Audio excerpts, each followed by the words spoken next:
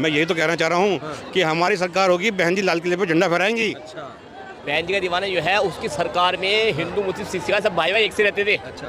और जितने मकान उसने बना के दिए ना बहन जी ने, किसी सरकार ने, योगी ने गिराए, मायावती ने बनाए। अगर मोदी जी को लेंगे तो आप समझ लीजिए कि आप संविधान के खिलाफ जा रहे हैं। नमस्कार दोस्तों, एक बार फिर से आप सभी का मैं बहुत बहुत स्वागत करता हूं। मैं इस समय दिल्ली में हूं, देश की राजधानी दिल्ली में, और इसे दिल्ली का दिल कहते हैं इस इलाके को। यह है चांदनी चौक का इलाका। आप देख सकते हैं जामा मस्जिद, सबसे खूबसूरत मस्जिद है जामा मस्जिद, और यहाँ पर देश दुनिया से लाखों लोग रोज़ आते हैं। आज भी आप देख रहे हैं कि यहाँ पर भीड़ है, और हम लगातार चुनावी माहौल पर जायज़ा ले रहे हैं कि माहौल क्या है। तो आइए लोगों से जानकारी लेते हैं। जी बताइए, क्या नाम है आपका? अबुल कलाम आज़ाद, एडवोकेट। अबुल जी, मैं ग्राउंड पर जा रहा हूँ, लोगों से बात कर रहा हूँ, ख़ासतौर से बीएसपी के बारे में। आज मैं दिल्ली आया हूँ, बताइए बीएसपी को लेकर दिल्ली में क्या माहौल है फ़िलहाल? देखिए, दिल्ली में बीएसपी को लेकर के पहले माहौल ठंडा हुआ करता था। आज से 2 साल पहले माहौल ठंडा हो गया था, लेकिन आज माहौल गर्म है। आज माहौल की स्थिति ये है कि SC ST OBC मुस्लिम ये सभी लोग एक ही जगह हो गए हैं इकट्ठा। और आज के मामले में ये है कि एक ही पार्टी है जो मुस्लिमों को टिकट दे रही है। मैंने पहले भी कहा था इस बारे में कि एक ही पार्टी है जो मुसलमान को टिकट दे रही है। कांग्रेस ने टिकट नहीं दिया है मुसलमान को अभी तक, और ना ही अभी तक टिकट दिया है आम आदमी पार्टी ने कोई टिकट दिया मुसलमान को। बीजेपी का तो मतलब ही नहीं उठता है कि वो टिकट दे। तो ये है कि ये मोहब्बत करने वाली पार्टी है, ये दलितों की पार्टी है, या कमज़ोर आदमी की पार्टी है, या गरीब की पार्टी है, या किसान की पार्टी है, या मुसलमान की पार्टी है, ये SC ST OBC की पार्टी है, ये जो है मूल निवासियों की पार्टी है। तो ये है कि ये मामला जो है ये लोगों की समझ में आने लगा। धीरे धीरे लोग समझने लगे हैं कि ये जो पार्टी है ये हमारे मफाद की बात करती है, हमारी बात करती है, और इसके अलावा कोई और पार्टी नहीं है। एक पार्टी है, भूल रहे हैं आप, समाजवादी पार्टी मुसलमानों की हितैषी है। नहीं नहीं नहीं, समाजवादी पार्टी मुसलमानों की हितैषी नहीं है। अगर वो मुसलमानों की हितैषी होती तो आजम खान जेल में गए, उनके हित में कुछ बोलते। अगर ये हितैषी होती तो जो हुआ आपका इंद्रलोक पर जो हुआ कांड हुआ उसके बारे में कुछ बोलती। अगर जो है मॉब लिंचिंग के बारे में ये कुछ बोलती। ये जो मुसलमानों पर जो अत्याचार हुए हैं, दलितों पर जो अत्याचार हुए हैं, उसके बारे में इनका एक भी स्टेटमेंट नहीं है। तो ये कैसे उसकी पार्टी हो गई? लेकिन मुसलमान तो वोट देता है ना, 17 में दिया, 19 में दिया, 22 में दिया। देखिए, मुसलमानों की ये भूल रही है, उन्होंने उन पर एतबार किया क्योंकि एक बार ये देखा गया कि उनको वोट दिया गया। लेकिन अब जो है पूरी तरीके से सबके समझ में आ गया बात को कि बहुजन की जो पार्टी है, मुसलमानों की जो पार्टी है, वो सिर्फ बहुजन समाज पार्टी है। यही है। क्या इस बार जो PDA बना है, PDM बना है, क्या DM समीकरण इस बार रंग लाएगा? आप लोग DM पर बात कर रहे हैं। देखिए, ऐसा है कि जो है दलित मुस्लिम करो विचार, इस बारे में एक नारा चल रहा है हमारा। तो इसमें यह है कि जो भी हमारे भाई हैं, गरीब भाई हैं, दलित भाई हैं, SC ST OBC भाई हैं, जो हमारे किसान हैं, जो हमारा मजदूर है, वो समझ चुका है कि उसकी जो बेसिक नीड है वो कंप्लीट नहीं हो रही हैं। रोज़गार नहीं है, और रोज़गार उसको नहीं मिल पा रहा है। उनको राशन के नाम पर उनको ये किया जा रहा था। अब उनको समझ में आने लगा है, लोग इनके पीछे लाठी लेकर दौड़ रहे हैं कि उनको राशन नहीं, रोज़गार चाहिए। पहला मुद्दा है वो रोज़गार का मुद्दा है। अरे तो मोदी जी दे तो रहे हैं 5 किलो राशन, कितना चाहिए आप लोगों को? ये 5 किलो राशन में क्या पूरा घर चलाएंगे? पूरा महीने चल जाएगा घर? देखिए, 5 किलो राशन का मतलब ये हुआ कि आपको सबको, जो जिनको 80 करोड़ लोगों को, मैंने पहले भी कहा था कि 80 करोड़ लोगों को जो है ये गरीबी रेखा से नीचे पहुंचाना चाहते हैं, या 80 करोड़ लोग गरीबी रेखा से नीचे हैं। अगर 80 लोग गरीबी रेखा से नीचे हैं तो ये कैसे कह पा रहे हैं कि विकसित भारत? और अगर ये उसके आगे ले जाएंगे, उसके आगे कि बाद में ये कह दें कि हम 80 करोड़ लोगों को राशन देंगे, मतलब ये 80 करोड़ लोगों को गरीबी रेखा से नीचे ले जाएंगे, 80% लोगों को। इसका मतलब ये है कि इनकी गारंटी है कि ये दलित को दलित, गरीब को गरीब, और दबे कुचले को दबा कुचला, यानी झुग्गियों की जगह झुग्गियाँ ही रहेंगी, और उसके अंदर कोई परिवर्तन नहीं आएगा। आप मोदी की गारंटी बोल रही है, अब की बार 400 पार है। सर, इनको टाइम दिया गया, 10 साल का टाइम मिला इनको, और उससे पहले भी इनको टाइम दिया गया। आप देख लें, मैं गया हूँ, आज़ादपुर से लेकर के तमाम झुग्गी क्लस्टर है, और वहाँ पर तमाम जो है ऐसे लोग, गरीब लोग हैं। मैंने उनसे ये सवाल किया कि मैं पहले 10 साल पहले भी यहाँ पर आया था, तब भी ये ऐसा ही था और अब भी ऐसा ही है। बोलते जी हमारे पास कोई परिवर्तन नहीं होता है। मैं एक बार दर्शकों को बता दूं कि जब मैं यहाँ खड़ा हूँ, ये चांदनी चौक लोकसभा क्षेत्र में आता है और दिल्ली में 7 लोकसभा सीटें हैं, महत्वपूर्ण है दिल्ली। आप बताइए जिस इलाके में हम हैं कितना विकास दिखता है यहाँ? यहाँ विकास के लिए तो बहुत सारी चीज़ दिखाई देती हैं। सबसे बड़ी बात यह है कि यहाँ पर 5G नहीं है। अच्छा, ये विकास में आता है? ये जो विकास इनका हुआ है कि यहाँ पे 5G नहीं है, नहीं चल रहा है, नहीं चल रहा है। नहीं चल रहा है। बस ये यहीं नहीं चलता है। दिल्ली जो 6 का जो एरिया है यहाँ पर 5G नहीं चलता है, नंबर 1 बात। दूसरी बात, यहाँ पर जो है, यहाँ पर कोई भी आसपास आप ATM देख लीजिए, कोई बैंक का ATM नहीं मिलेगा। ATM नहीं है आसपास ATM नहीं है, देख लीजिए आपस में। तो ये तो बहुत डेवलपमेंट इलाका है। ये 400-500 साल पुरानी मस्जिद है यहाँ पर। सारे जो है वादे, सारे इरादे सब ऐसे ही हैं। यहाँ आम जनता वैसे की वैसे ही है और जैसे जी रही थी। ये देखिए कि यहाँ पर सिर्फ भीड़ है, ये है सिर्फ मस्जिद की वजह से। जो मस्जिद बनाई गई है, खूबसूरत मस्जिद है ये जुमा मस्जिद, और ये मुल्क की ऐसी मस्जिद है जिसको देखने के लिए दूर दूर से लोग आते हैं। तो यहाँ पर भीड़ है, दिखाई दे रही है। या किसी भी इंसान से ये पूछ लीजिए कि भाई डेवलपमेंट के नाम पर यहाँ पर क्या हुआ है। भैया विकास हुआ है यहाँ आसपास कि नहीं? किस सिलसिले में? विकास 5G के, ये कह रहे हैं 5G नहीं चल रहा है, ATM नहीं है आसपास, ऐसा है क्या? ATM तो है नहीं आसपास यहाँ पे। कहाँ पे ATM है? यहाँ पे नहीं है। नहीं है क्या? ATM आसपास नहीं है? नहीं है, यहाँ पे ATM भी नहीं है। क्या दिक्कत आती है? यहाँ सारी परेशानी, आदमी अगर आए तो कैश लेके नहीं आ सकता है, कैश लेके आए तो चोरी भी हो सकता है। और क्या कहते हैं, यहाँ पे ATM नहीं है पास में कि जब पैसे। नेटवर्क चल रहा है आपका मोबाइल वाला? नेटवर्क कुछ भी नहीं चलता है यहाँ पे। ठीक है, तो ये जो आप कह रहे हो तो सही निकल रहा ये है। मामूली सी बातें हैं जो मैंने बताई हैं आपको। इसके अलावा जो रोड की स्थिति है, यहाँ पर रोड की स्थिति खराब है, सफाई की स्थिति यहाँ पर खराब है। सारा जो इसके बाद में जो पानी सफाई कर्मचारी एक भी नहीं है। अच्छा, यहाँ एक भी देख रहे हैं। बीजेपी कौन सांसद? बीजेपी सांसद है भैया? जो आप देखिए कि केजरीवाल को अब सफाई सुथरे में था। सांसद बताइए, सांसद तो क्या होता है, सांसद का क्या मतलब होता है? ये देखिए ना, सफाई सुथरा एक जरा सा भी नहीं लगता, थोड़ा सा भी सफाई सुथरा नहीं है कहीं भी। देखिए आप, नहीं तो सफाई सुथरे वाले। यहाँ सफाई क्यों नहीं है? आप लोग सफाई नहीं करवाते? इस सफाई ये है कि अभी सफाई हो नहीं सकती, क्योंकि अभी पब्लिक बहुत है, झाड़ू नहीं लग पाएगी। उधर पब्लिक में सफाई नहीं हो पाएगी इस टाइम, कम रोड पे सफाई होगी। ठीक है, आजाद साहब आपके लिए मायावती जी क्या करेंगी, क्या कर चुकी है अभी तक? देखिए, मुसलमानों के लिए जो बहन जी ने क्या किया है यूपी के अंदर, वो 4 बार मुख्यमंत्री रही और सफल मुख्यमंत्री रही।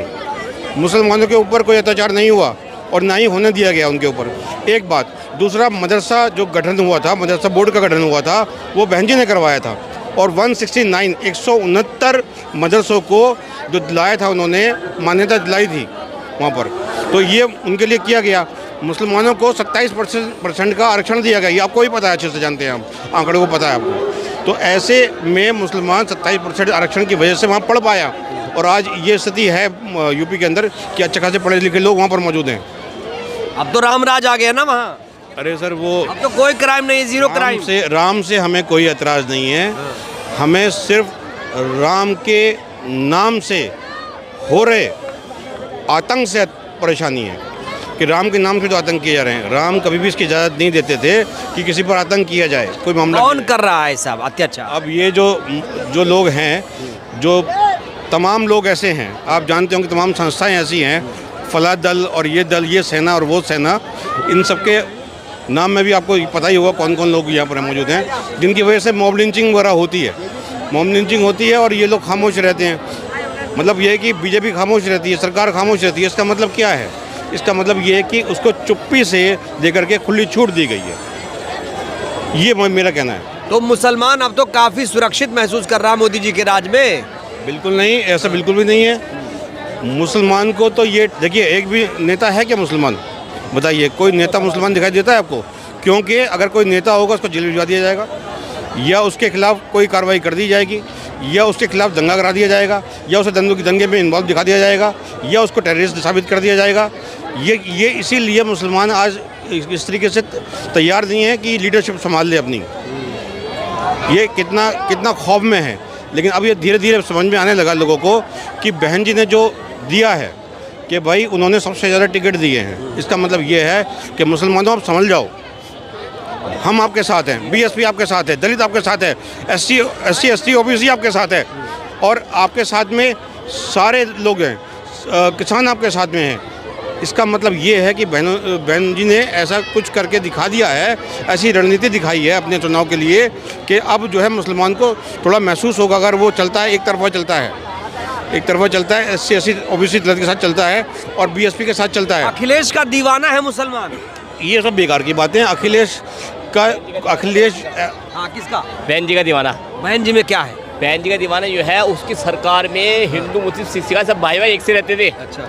और जितने मकान उसने बना के दिए ना बहन जी ने, किसी सरकार ने, वो योगी ने गिराए, मायावती ने बनाए, सबको बनाया। सबसे ज़्यादा मुसलमान इसकी सरकार में मरा BJP की। मुसलमान हो या हिंदू, कोई भी, बहुत सारे लोग। यहाँ से कौन सा BSP आनी चाहिए? यहाँ से कौन आना चाहिए इस बार? सांसद किसका हो? भाई यहाँ से तो यहाँ का पता चलेगा। यहाँ से कांग्रेस के अलावा कोई चारा नहीं है। हाँ। ये कांग्रेस भी आ जाएगी, वो भी अच्छी है हमारे लिए। हाँ। लेकिन इस बार कांग्रेस ने क्या किया? कांग्रेस की सरकार में ये था कि खाओ बिल बांट के खाओ। उसकी सरकार में महंगाई अगर होती थी, महंगाई अगर होती 10 काम खोलता था वो। अगर महंगाई है 10 काम खोलता था। इसकी सरकार में महंगाई अगर 800 रुपये का सिलेंडर 100 रुपये घटा दी, योजना का 100 रुपये घटा दिए। योग का 100 रुपये घटेगा, ये नहीं पता कि 400 बढ़ा दिए उसने, लेकिन 100 रुपये घटे लगते थे, बोले 100 रुपये घटा। देखिए क्या अगर जो है BSP चांदनी चौक में मुसलमान को टिकट देती है और अगर कांग्रेस टिकट नहीं देती है तो किसकी तरफ जाओगे आप? बताइए, सवाल बढ़िया। तो जाहिर सी बात है, मायावती की तरफ जाएंगे। अगर टिकट मायावती की तरफ होता है, टिकट मतलब पूछ रहे हैं कि अगर यहाँ से कोई मुस्लिम कैंडिडेट आए BSP की तरफ से और कांग्रेस गैर मुस्लिम को टिकट दे, तो यहाँ की जनता किसके साथ है? तो भाई मेरा कहना तो यह है, बहन जी के साथ जाना चाहिए। आप बताओ भैया, सवाल समझ पाया? बहन जी की सरकार से बढ़िया सरकार नहीं थी। उसकी सरकार को सबसे पहले ये गुंडागर्दी खत्म थी। इसकी सरकार पे केजरीवाल। क्या नाम है आपका? शबीब साहब कहीं से हैं? नहीं, यूपी से। अच्छा, अमरोहा। ठीक है, अमरोहा से। अमरोहा में क्या माहौल है? अमरोहा का माहौल तो बहरहाल बहुत अच्छा है। अभी कोई ऐसी आश नहीं है। वहाँ पे हिंदू मुसलमान सब भाई भाई हैं, एक से। आ कौन रहा है वहाँ पे? सांसद किसका आ रहा है वहाँ पे? अभी तो फिलहाल टिकट हुआ नहीं है बहन जी का, लेकिन उम्मीद है हो गया है वहाँ से। मुजाहिद हुसैन को तो मुझे पता नहीं है। ठीक है, आप बताइए सब। ये भी कह रहे हैं कि अगर मुसलमान यहाँ से टिकट मिले तो उसका राह। मैं कहना चाह रहा हूँ कि यहाँ पर जो है, यहाँ का मुसलमान को अगर ये बात मालूम पड़ती है कि यहाँ पर अगर सांसद का टिकट मुसलमान को दिया जा रहा है तो हर मुसलमान जो है वो साथ में आएगा। हर मुसलमान साथ में आएगा। यहाँ के लोग जो है मुसलमान को ही वोट देंगे।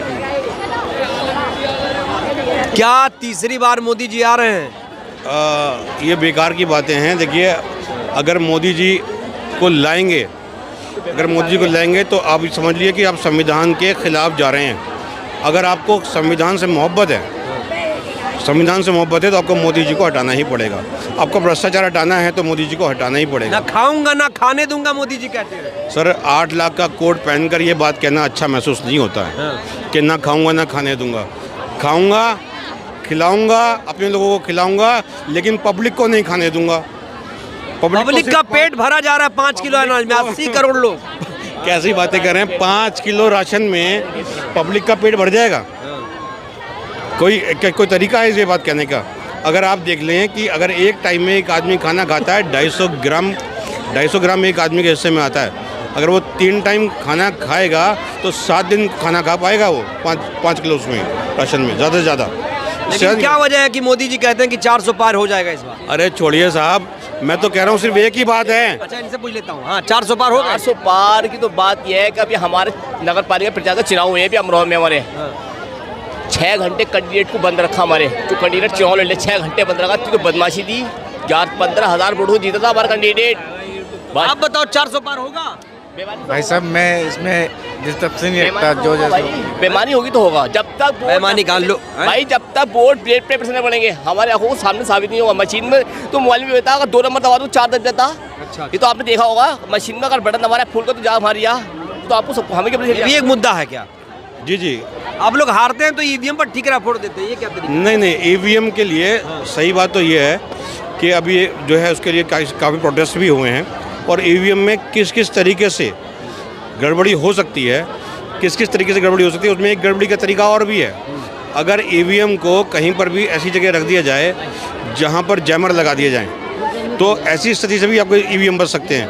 आपका जो उसमें स्विच एक लगा होता है, एक उसमें जंपर लगा होता है, अगर वो जंपर चेंज कर देते हैं तब भी वही सब चीज़ें आती हैं जो उनका पहले से सेट हुआ होता है। देखिए, प्रोग्रामिंग है इसके अंदर।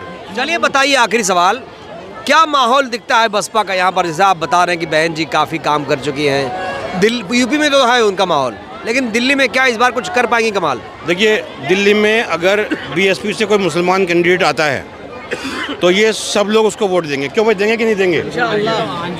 हकीकत नहीं। ठीक है। और रही बात इसकी कि ये लोग एक हो गए, हम लोग एक हो गए, तो ये समझ लीजिएगा कि इनकी सब खत्म हो जाएगी। हम अपना लाल किला वापस ले लेंगे। लाल किला किसने ले लिया? हमारे पास ही तो है। मैं यही तो कहना चाह रहा हूँ कि हमारी सरकार होगी, बहन जी लाल किले पे झंडा फहराएंगी। मतलब आप कह रहे हैं कि 15 अगस्त 2024 को बहन जी लाल किले से तिरंगा फहराएंगे। 15 अगस्त 15 अगस्त को डेफिनेटली फैलाएंगे, इंशाल्लाह फैलाएंगे। चलिए तो ये माहौल हमने आपको दिखाया दिल्ली के दिल से, चांदनी चौक से, जामा मस्जिद से आपने देखी ग्राउंड रिपोर्टिंग। कैसी लगी ये वीडियो? अपनी प्रतिक्रिया आप लोग जरूर दीजिए। बहुत बहुत धन्यवाद, शुक्रिया।